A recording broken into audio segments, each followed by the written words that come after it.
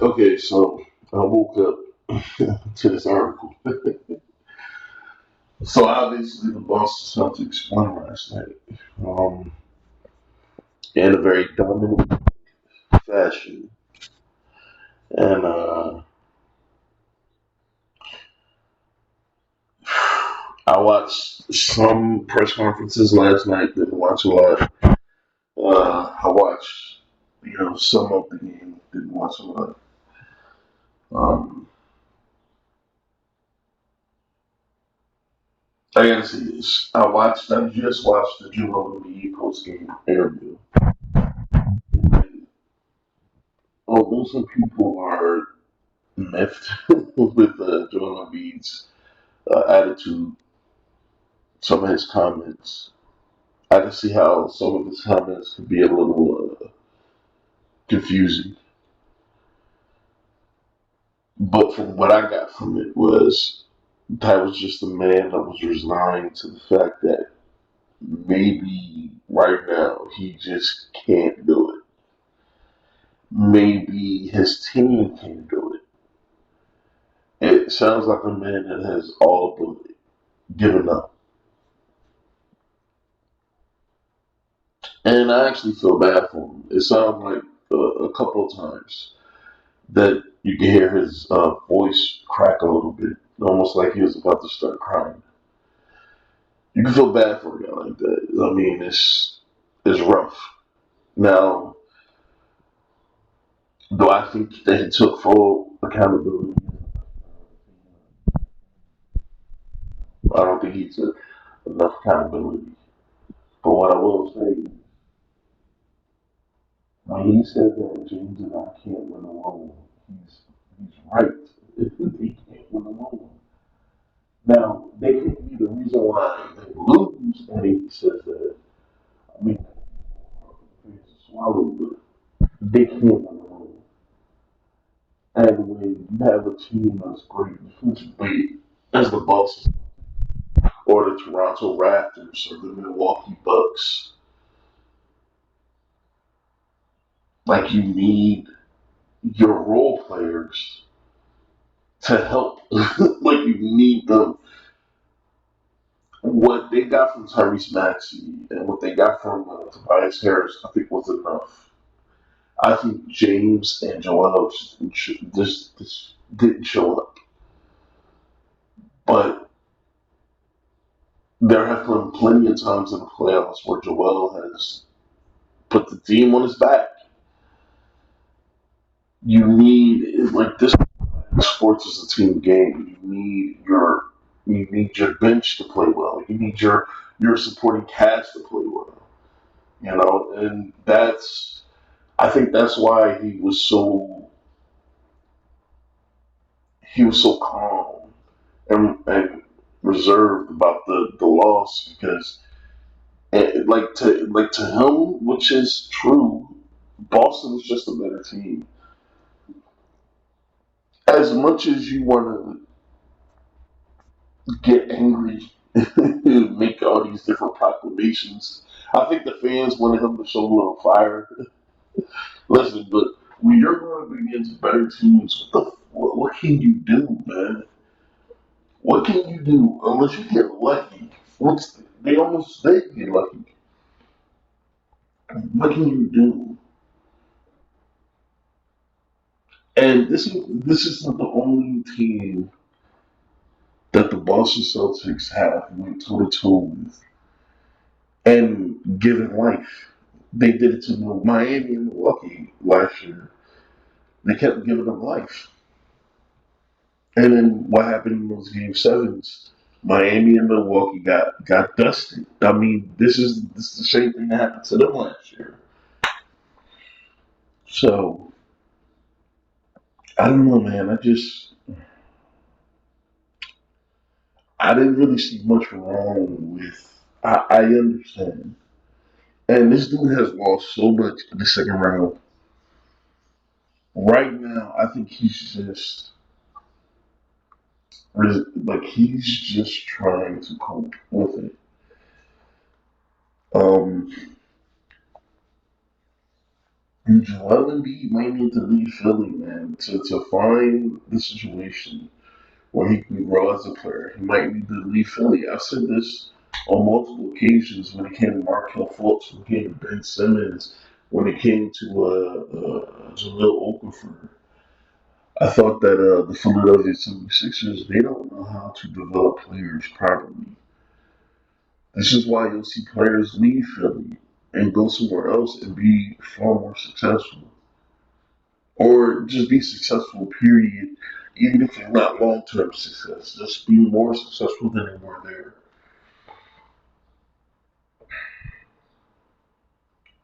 I don't know.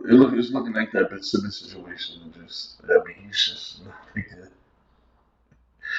But I've said this, I said that for years. I said Ben Simmons is just, he's one of those players that he's heard people say how great he was, so he never developed his game because he just is. When people keep calling you great, you're one of the best players in the league. Why the fuck would you think that you need to improve your game?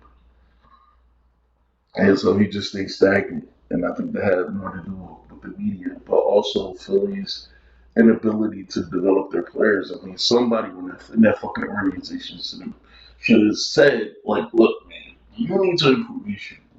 We're gonna bring all these different shooters in, Reggie Miller, fucking, well, I don't know, Allen Iverson, somebody, like, bring some fucking body in to teach him to change his shot, to put him, like, I mean, like, I said this years ago, that Ben Simmons in the offseason should have contacted Steph Curry and asked Steph Curry if he can go through some shooting drills with him and if he can teach him a little bit.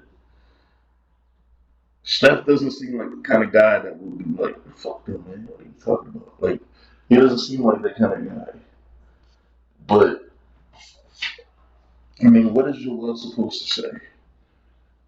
Jason Tatum needs to meet me in the parking lot. We need this. You need to. You might have won the game, but you ain't gonna win the fight. Like, that's what he's supposed to say. He's supposed to fucking get up on a fucking soapbox and start talking about all the things that they're gonna do next year. You know, like, look, man, when things don't go your way, and at a certain point you become used to it being that way,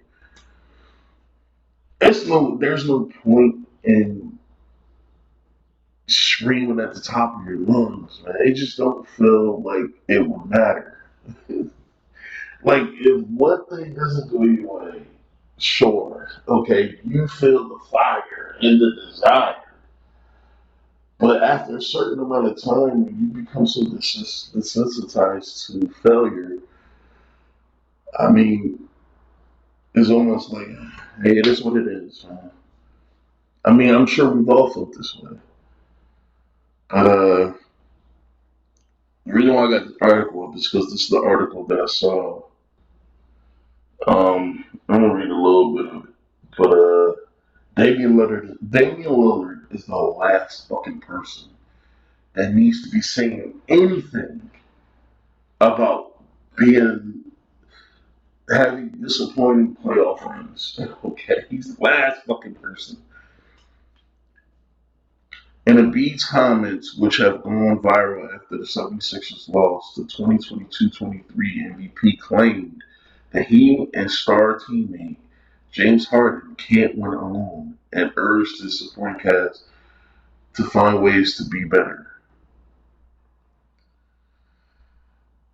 Again, some of the things he said, I can understand why people have a problem with it. And you can't have a performance like they had in the Game 7 and say what you said. I understand that. But hear me and hear me good. If we just look at Game 7 in a vacuum and excuse all the other fucking games in the series, sure, you're going to be like, I mean, Joel Embiid, he played horrible in this. He didn't do anything. That's what you can do. But it's more than one fucking game. Now, did he play at the MVP? Did he play at that level he played in the regular season? Probably not. No. I would think that James Harden played I did a video yesterday. I didn't record my audio, but James Harden played, in my opinion, in the series. He played phenomenally because I had very little expectations for him. I had very little belief in his ability, and not only did he win the one game pretty much by himself, he won them two games by himself. Okay,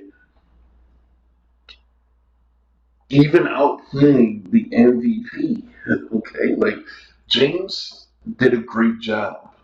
Now people are going to look at this 9.5 turnover performance and be like, "Well, James played horrible." Like because people are looking at this game in a vacuum. Now, if they would have found a way to play better defense in the second half and score a little bit more, and instead of losing what was it, 116-88 or something like that, instead of or no they lost 112-88. Like if they if they would have won maybe like what 95-92 or something like that, and pretty much everybody played the same way that they played last night. I mean, yeah, it's an ugly win, man, but nobody's like fucking going off the deep end like this. You're talking about, all right, James didn't play great in game seven, but, game one where he had 45 points and then he had like 40 points at some point later in the season. I mean, like, you're looking at the good things that he's done. You can't dismiss it. It's like what Shannon Sharp says, all right? But I'm going to flip it a little bit. He says, I'm not going to accept anything in a win that I wouldn't in a loss. But you can't, like, the way I was going to flip it was, I don't even know. I don't want to butcher it, so I'm going to come back to it later. But, like, you can't take one loss, even if it's the series defining loss. You can't take one loss and encapsulate the entire series in that and just pretend like, okay, they played horrible this series. No, nobody expected Philly to win. This is where I'm coming from. This is where nobody else seems to be coming from. They're coming from the expectation of Joel Embiid is the MVP, James Harden is a top tier player. They should have won this series. They had a chance to win the series. They should have won it. Instead of looking at it as Boston has been a favorite all fucking season. Now, Philly did have some late supporters because they had the best record over a stretch of time or whatever. But Boston was still a major favorite. Now, Boston became less of a favorite after their series with Atlanta, but they were still a favorite to win the fucking thing, at least make it to the NBA Finals. That's the scope you gotta look at it from. The most, the most common or popular perspective. That's how you got to look at it. You can't just see. This is the problem. And this is part of the problem is they change so quickly. They change so quickly and so frequently. Okay, it's just they keep switching their opinions up. All right, you pick this person to win. Oh, they're not playing as well. Now you're picking this team to win. Okay, they're not playing as well. Are you now you're picking this team to win? Oh, one of those teams that you picked to win that's not playing better. All right, I'm picking them again. Like they keep fucking switching, flipping all over the place. There's no commitment. There's no fucking commitment. I can't tell you how many times I've seen fans talk about how during wins, oh, we're the best team, this player's the best, nobody can beat this player, nobody can beat this team, nobody can do this, nobody can do that. And then when their team loses, trade everybody. Like, what the This is why fans don't own organizations. And well, I'm not gonna say that. This is why fans don't run organizations. Let me just put it that way. There's a whole different reason why they don't own them. But This is why fans don't run organizations because you need to be calm. Now you could be miffed, you could be upset, if your team loses, but it takes a steady, even keel mind to be able to manage successfully a franchise. Because there's a lot of emotion all the fucking time from the players, the coaches, the owner, like whatever. There's a lot of emotion flying around. And then you got the fans and all they bullshit. It's a lot of emotions. Sometimes you need your general manager or your owner to be the guy that's like, okay, I'm not gonna look at it through the scope of the fans' eyes or the media's eyes or even my players' eyes. I'm looking at this team and I'm being objective about it. What needs to change, what needs to be improved or whatever. I'm a curious person.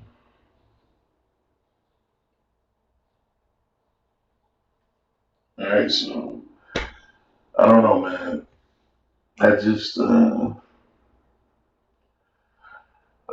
don't know. Let's get back to it, man, because it's running a little bit too long. All right, so while Embiid was critical of his own play, which he was, he like, all right, look, he said we need to find ways to be better. He said, I know I'm going to find a way to be better, but we all need to find ways to be better. That's what I heard. That's what I heard. Okay. Um, Following the Sixers playoff exit. He didn't mince words when discussing the overall composition of Philadelphia's roster. Yeah, what the fuck is he supposed to say? Yeah, we're definitely bringing James Harden back. Or, no, James Harden is the fuck out of here. No, that's not his job. Why do we expect players to be the star? Uh, we expect them to be the general manager. We expect them to like. I never understood why we want players to affect roster changes. What the fuck do they know about this? What do they know about how this is like? Sure, they'll have opinions about who they want to play with, who they think will fit their play style or whatever. That's fine, but like they can't sign players. Now you have those NBA players like LeBron James who can strongly influence decisions. But come on, man, like if they don't want to pay James, and if they feel like they could get better value, they could get either better or at the same value at a cheaper price. They're gonna move on. There's nothing Joel can say about that. So why the fuck does he need to say anything? He's just a fucking basketball player. He's not the GM. He's not the owner. It's not his decision. I don't understand why people like. Come on, man. He's just a fucking player. I hate when players understand who they are and fans hate it. like we need you to be more vocal. We need you to do this and do that. No, what the fans are so demanding, bro. I hate it. They're so fucking demanding. Like they think just because they buy tickets to go to the games or they buy the merchandise or they whatever to support this team, that gives them the right to demand things and expect things to happen. The amount of times that I hear fans say, fire this person or fire that person, like, it's, it's just ridiculous. Okay. All right. So, all right. Where was that? And Lillard couldn't help but express his confusion after hearing the post-game presser. Huh? Me and James can't win alone. That's why basketball is played 5-on-5. We need everybody to find ways to be better. Yes. What's wrong with that? And again, Damian Lillard is the last person that needs to be saying anything, man. As many playoff disappointments as this dude has had, yeah, yeah, no, no. You're the last one. Embiid and Harden combined for just 24 points, which is horrible, during the decisive Game 7 on Sunday. And another thing Joel said that I agree with is Boston is just a better team, which they are. I would have been extremely disappointed in this season if Boston would have lost because you've been a favorite all year. You have been the team to beat all year. You have two All NBA players on your team. You have a former Defensive Player of the Year on your team. You have one of the deepest rosters on your not on your team. That would sound weird, but you have one of the deepest rosters. Like it would have been a major disappointment if they would have lost. So it's not like Joel is saying something is wrong. Sure, it's not the most what do you call it, reassuring statement coming from your MVP.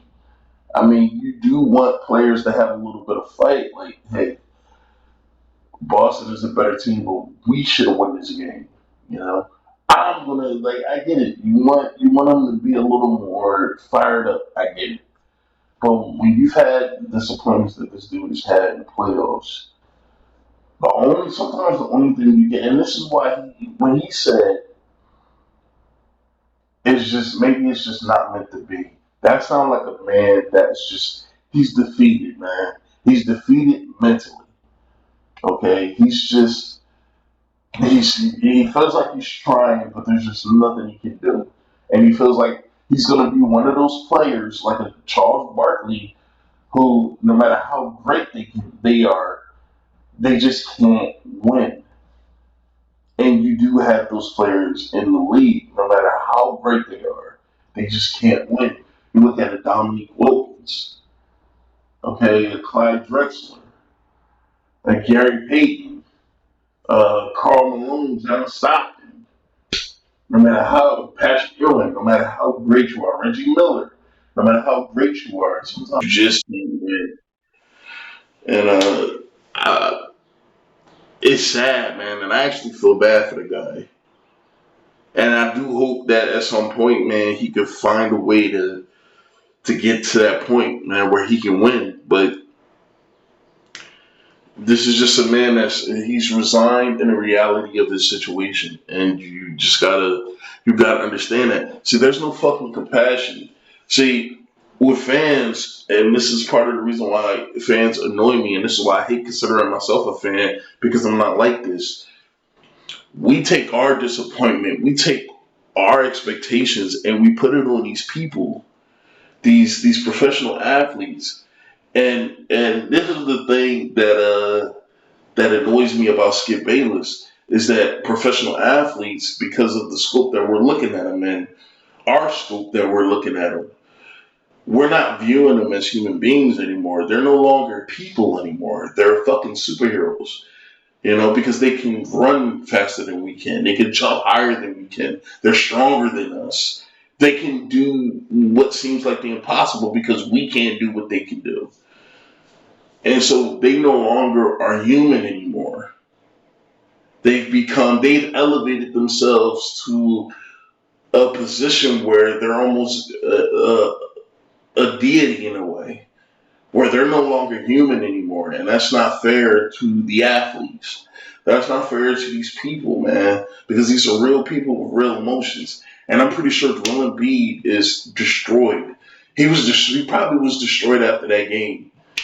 And when things aren't going your way and you can see which way the tide is turning, it's almost like no matter what I wouldn't be surprised if Joel came out and said, look, halfway through that third quarter, we saw which way the game was turning.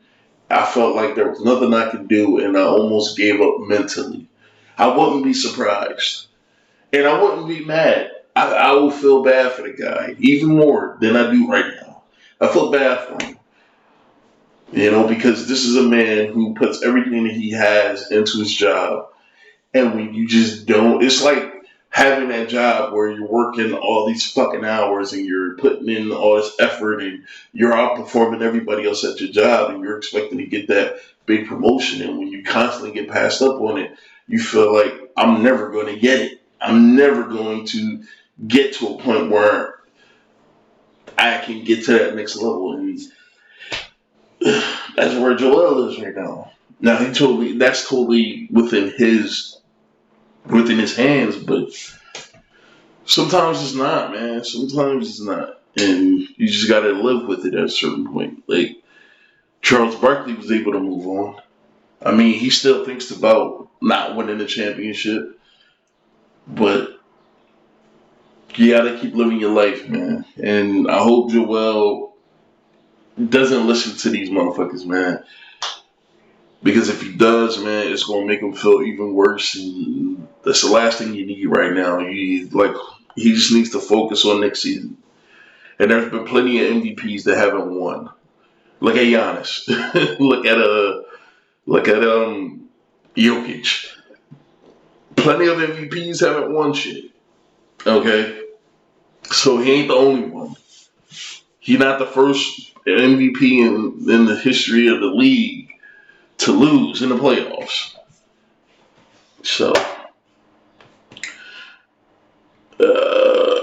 Tobias Harris led all 76ers scorers with 19 points, while Maxey provided 15.